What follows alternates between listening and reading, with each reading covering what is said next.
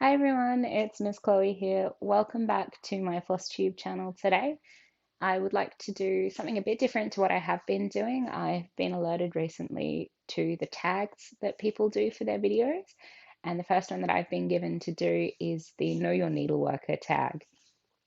So the first question in that one there is, of course, where do you live? So I live in Adelaide, South Australia. So we are a small city or a big country town, depending on who you talk to. Um, we have the feeling of a country town in a lot of ways.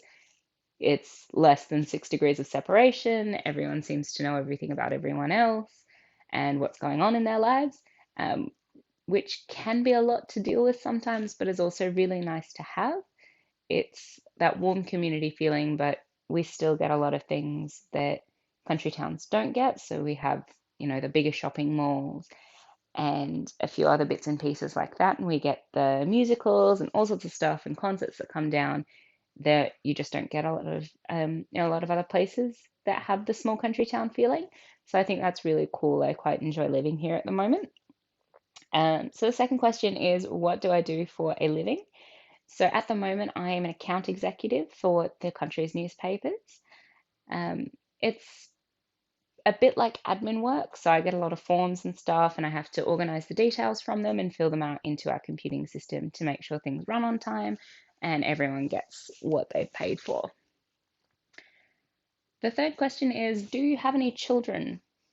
I don't currently have any kids, but on question number four, I have two beautiful kittens. I have Miss Mocha and Miss Latte.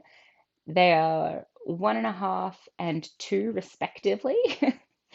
And Mocha is Latte's mum. So I treat them like my kids. They're very important members of our family, and we love them very, very much. I don't know what we'd do without our little fluffy babies, and we definitely spoil them like their children. When we go shopping and things, my partner and I are always going out to get them gifts, and they get a lot of attention when we come home. If we ever do have children, I'm not sure how the girls are going to take it.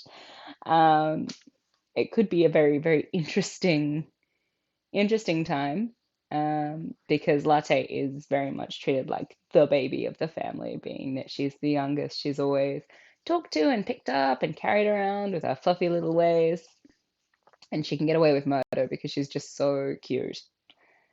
Um, Question five is, what other hobbies do you have besides stitching? So, sorry, I've got all the questions on my phone. If I keep looking down, my bad. Um, so I do a lot of different things. I like to sing in my spare time just for myself. I don't sing with a group or for anyone anymore. I used to when I was at school, but of course, when you come out of school, it's harder to find those sort of areas for for adults. Um, so I just sing for myself. Um, but I also like to crochet. So crochet is something I picked up last year, and I watched a couple of online videos and had a good friend sort of sit next to me and go through it when I got stuck, which was excellent. So I decided to make a giant rainbow blanket. Um, and all I can do at the moment is the basic stitches to make the granny square. But it's going to be a king size blanket one day. At the moment, it's about double bed range, so I'm getting there. I'm getting there, and all the wool is unplanned. So my mum's been shopping for me, and my grandmother's picked a couple of colors, and they're all those big cakes of yarn that are 4 or 5 different colors that are just ongoing, which I find really nice. I like that I don't really have to think about when I'm changing color, it just happens. So, depending on which part of the blanket you look at, depends on which colors you get and how it feels and how warm or cold it is. And it's really cool. And of course, being a crocheted blanket, it is my cat's favorite thing. I usually have to fight them to get it. So, you're lucky to be able to see it today. Um, because they are quite protective of their blankie. Um, yeah, so I do that. I also color a little bit. I've got a couple of coloring books up the back here, that I really love to go through. I find them very relaxing and calming. Very, very good if you're anxious or unsure of something. You can just spend a couple of hours coloring in and you feel a lot better, which is great. So at the moment, those are my hobbies, but there's always room for more. So maybe I will have to do this again in a couple of years and update that list. Okay, so the next one is what is your favorite movie? Well, this gives it away a little bit. I am Lion King crazy, and so is my partner, which is really great. So we watch the movie together a lot. Of course, we went to see the new one when it was in theaters. We have a lot of the memorabilia and like the smaller stuff um, for it. But the Lion King's just always been my very favorite, and I'm not really sure why. It just is. You know how you get something and it just becomes your most favorite thing ever. You become obsessed, and then you get a bit older, and you're still kind of like, I could go that again. That's me with The Lion King all the time. If anything comes out about it, I'm talking to my friends, and I want to go see it. So we've also been to the Broadway show. My partner took me when we were a fairly new couple. We went to Sydney to go see it together, which was just an amazing experience. It's a lot of fun. It's really beautifully done. I wasn't the biggest fan of the hyenas song.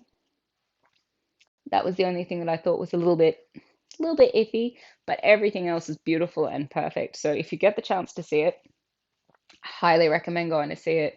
It's a wonderful adaptation, and the live music is just magical. You'll never forget it. Okay, the next question is, what is your favorite TV show? This is a tough one because I don't have anything that I circle back to a lot. In terms of things I've watched the most, you could probably say Red Dwarf or the older seasons of Arrested Development. I really, really loved those. They were keen. I watched them a lot when I was younger, but I don't have anything that I'd kind of jump out of my skin to recommend to people. Um, it's just not so much. And I mean that could be because as I've gotten older and I've stitched and crocheted and colored and everything else, I've always done it with family or friends, and it's always been in front of the TV. So things have been on. I've watched most TV shows and movies, but I haven't paid a lot of attention to them. I've been counting or trying to make my colors match up and all of that sort of stuff. So I'm not really sure what favorite is, but I guess somewhere between those two. I had a big thing for the Addams Family when I was a kid. That was something I really loved. Um, but yeah, probably Red Dwarf, I'd say, just because I've watched it the most. I got those DVDs when I was in high school, and I watched them so much that I actually had to replace the first season because it wouldn't work any longer. The next question is, what is your favorite book? So this one is really hard for me as well. I read 100 books a year, and not like kids' books, like novels. Um, as you can probably see, I'm a little bit book obsessed. Um, the Harry Potter series is probably my favorite series. I can't give you an individual book that I like best. The third one was really great, but the first one sticks out in my mind too because that's where it started and that's where my love affair for it started. Um, but it's a series that I read every year, and every time I read it, it just makes me so, so happy. So I'd say that's definitely my favorite series. I'm going to say that counts because you can't ask me to pick just one. It's like Pringles. You know, once you pop, you can't stop. I can't pick a singular book. That's just too hard. Um, the next question is, what is your favorite music? So I really, really like local bands. I like the idea that you can support them and they all have a bit of a different sound. So some that I've been following have very 80s music, some have the bluesy sound, some are grunge rock. Um, Genres of music are hard for me because I'm not great with them.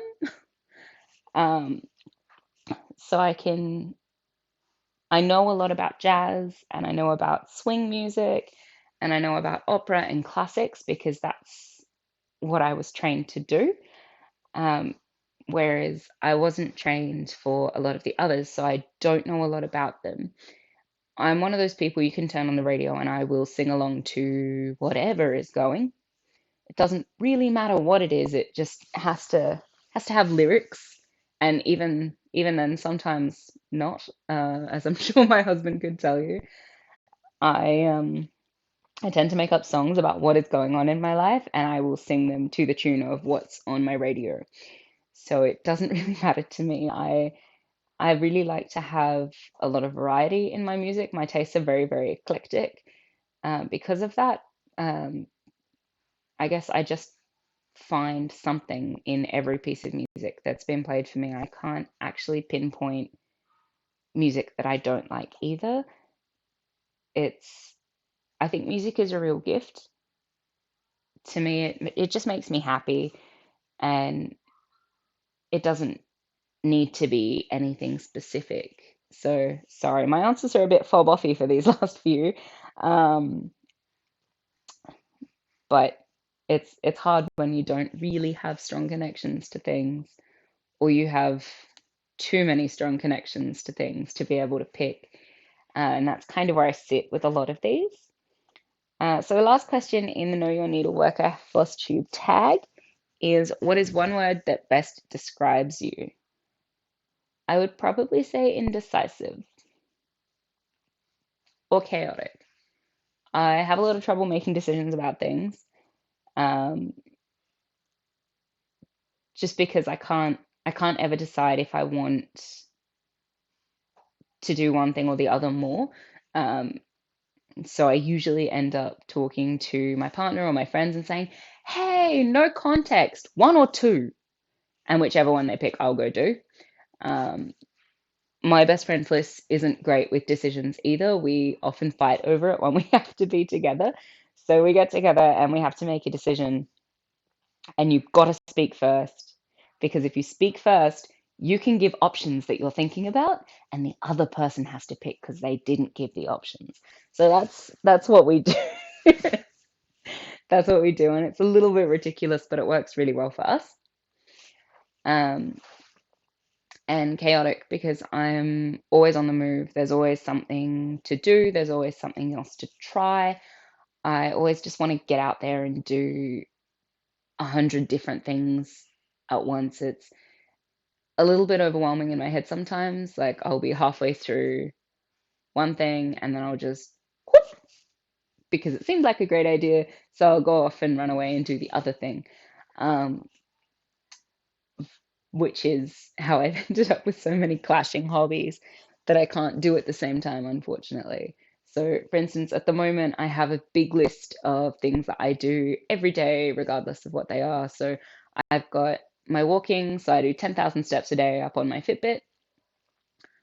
And then I've got my cross stitching, so I try and do around 300 stitches a day. It's usually 150 to 2, depending on how long I can actually spend on the couch with my partner. And then I like to read 100 pages a book a day. I have work, so because of where I work and the time that my partner works, it's cheaper for us to take the car into town and pay for a car park than it is to use public transport here. Um, so I'm in town, well, I'm out of my house in normal circumstances for 12 hours a day. And of course, I can't take my whips with me, they're too big. So I have to take my books and I have to go for my walk then.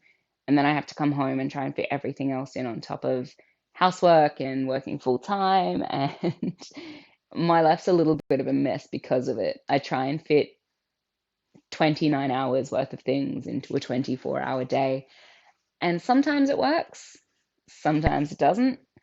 My partner keeps telling me to take it easy, give myself a break. You know, you don't have to do all these things, but they're things that I want to do. So I'm going to keep being a chaotic little mess and running around to do everything. So that is the end of Know Your Needleworker. I just wanted to give you a quick update on my Pokemon cross stitch because I'm really happy with the 4,000 stitches that I have done in the last 2 weeks. So we finished off this page over here and we started this page over here. So it's getting big. So almost done with this page here. There's a couple, it's maybe half the page left. And then I'm going to start down here and do this one. And then we'll move the frame up a little bit and we'll finally be on that bottom row. It's going to be finished soon. Although I say that and it could very well take another year. Who knows? um, so that's how much I've done, and really it's thanks to the virtual retreat that I went to on the weekend.